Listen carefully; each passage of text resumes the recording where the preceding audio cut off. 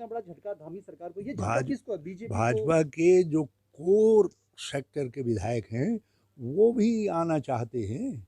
वो तो मैं जो है मैं दल बदल के पक्ष में नहीं हूँ। इन्होंने 5 साल में उत्तराखंड की दशा खराब कर दी। भाजपा के विधायक भाजपा के नाम पर खड़े नहीं हो पाएंगे। हाँ, क्षमा मांगे, कहें कि हम उत्तराखंड से क्षमा मांगते हैं, हमने उस दिन दल बदल करके गलती की है। अब हम कांग्रेस में जा रहे हैं, निष्ठापूर्वक कांग्रेस के लिए काम करेंगे। इससे उत्तराखंड में जो ये दल बदल का इतिहास बन रहा है, इस इतिहास पर स्टॉप लग जाएगा। सर, यशपाल जी को लाने में ये राज्य को भी तो बचाना है। क्या केवल हरीश रावत को अपना मुख्यमंत्री पद चाहिए?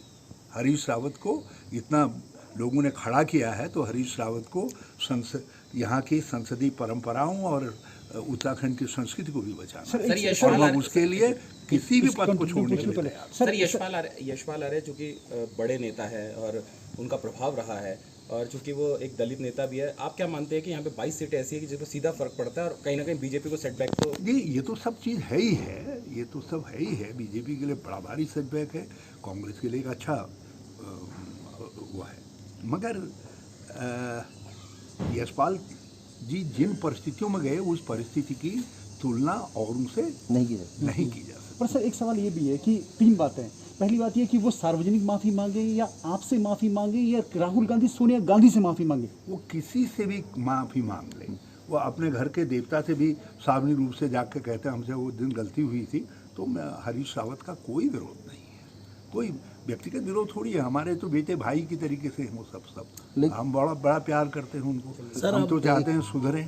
एक उजाड़ू बल्द के लिए तो मैं पहले ही कहता था कभी मुख्यमंत्री बनेगा, लेकिन अब वो इतना उजाड़ खा देता है कि अब गड़बड़ हो जाती है। लेकिन सर, संभावना वापसी की तब भी हो सकती है जब वो जीत के सूत्रधार हो, जीतने की कंडीशन में उत्तराखंड में। ये क्या बात? देखिए, मैं किसी भी हालत में जो है, देखो यदि कोई आना चाह रहा है, कह रहा है गलती होगी, आगे नहीं करूँगा, तो उसके लिए रास्ते में अड़ना गलत है।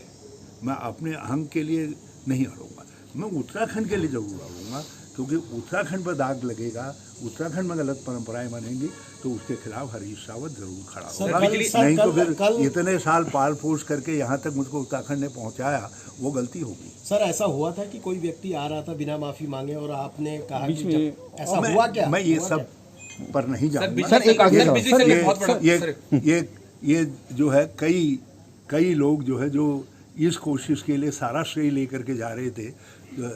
भाई सारी चीज़ें हमने तैयार की, केवल एक व्यक्ति के लिए जिसके लिए श्रेय लेने जा रहे थे, वो व्यक्ति नहीं आ पाया। तो एक कहानी अपने आप। एक सवाल मेरा ये भी है सर, ये कहा जा रहा है कि नेता प्रतिपक्ष की वजह से ये सारी चीज़ें हुई हैं, जबकि 2 महीने पहले से। एक सेकेंडरी इशू है, मेरे लिए प्राइम इशू ये है कि ये संसद का जिसको महापाप कहा था अटल बिहारी वाजपेयी ने, वो महापाप है। ऐसे महापाप यदि कांग्रेस में आना चाह रहे हैं तो पहले अपने पाप को स्वीकार तो करें। ये सवाल मेरी सरकार को गिराने का नहीं है, ये उत्तराखंड के मूल्य और मान्यताओं को, यहाँ के पार्लियामेंट्री संस्कृति को, एक हर राज्य की अपनी अपनी संसदीय संस्कृति होती है, उस पर एक कलंक है, डब्बा है लगा उस दिन जो कुछ हुआ सदन के पटल पर और पैसे से हुआ। तो ऐसे लोग कम से कम एक बार खेद तो प्रकट करें, मैं रास्ते में नहीं आऊँगा। लेकिन ऐसे व्यक्ति यदि कांग्रेस के अंदर प्रवेश कर रहे हैं तो फिर मुझ जैसे व्यक्ति के लिए बहुत कठिन। सर, यशपाल आर्य की एंट्री तभी हो पाई जब उन्होंने दल बदल नहीं किया था, धोखा नहीं दिया था हरीश रावत की सरकार को। नहीं, उन्होंने वो एक अपने व्यक्तिगत मामले पर गए थे, अपने पुत्र के लिए टिकट चाहते थे, सब में होती है, अपने पारिवारिक कारणों से गए थे, और उन्होंने कांग्रेस के खिलाफ और कोई ऐसी बात भी नहीं कही थी। हाँ, व्यक्तिगत कारण होते हैं कभी कभी जिसके कारण व्यक्ति को निर्णय लेना पड़ता है।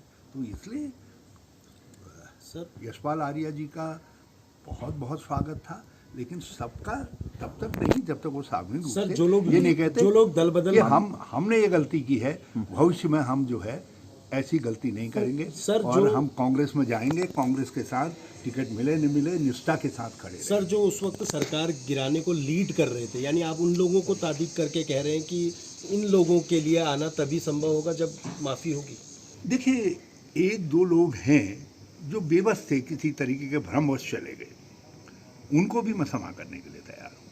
मैं एक महिला के विषय में तो ये जानता हूँ, उसको गाली दे करके एक मंत्री ने अपनी तरफ खींचा, वो नहीं जाना चाह रही थी और कहा कि 5 लाख ले लिए, और फिर वो शब्द तो मैं यूज़ नहीं करूँगा जो सदन के पटल में कहा। यदि विधानसभा की उस समय रिकॉर्डिंग चल रही होती तो वो रिकॉर्ड में मौजूद होता। मतलब इतना कलंकपूर्ण शब्द कहा जो नारी का गंभीरतम अपना अपमान है, वो शब्द का यूज़ किया। तो ऐसे लोगों के प्रति मेरे मन में कोई आक्रोश और लोग टच में हैं सर, और लोग भी आ और सकते कोई हैं। आक्रोश नहीं है। लेकिन जिन लोगों ने ये सब मास्टरमाइंड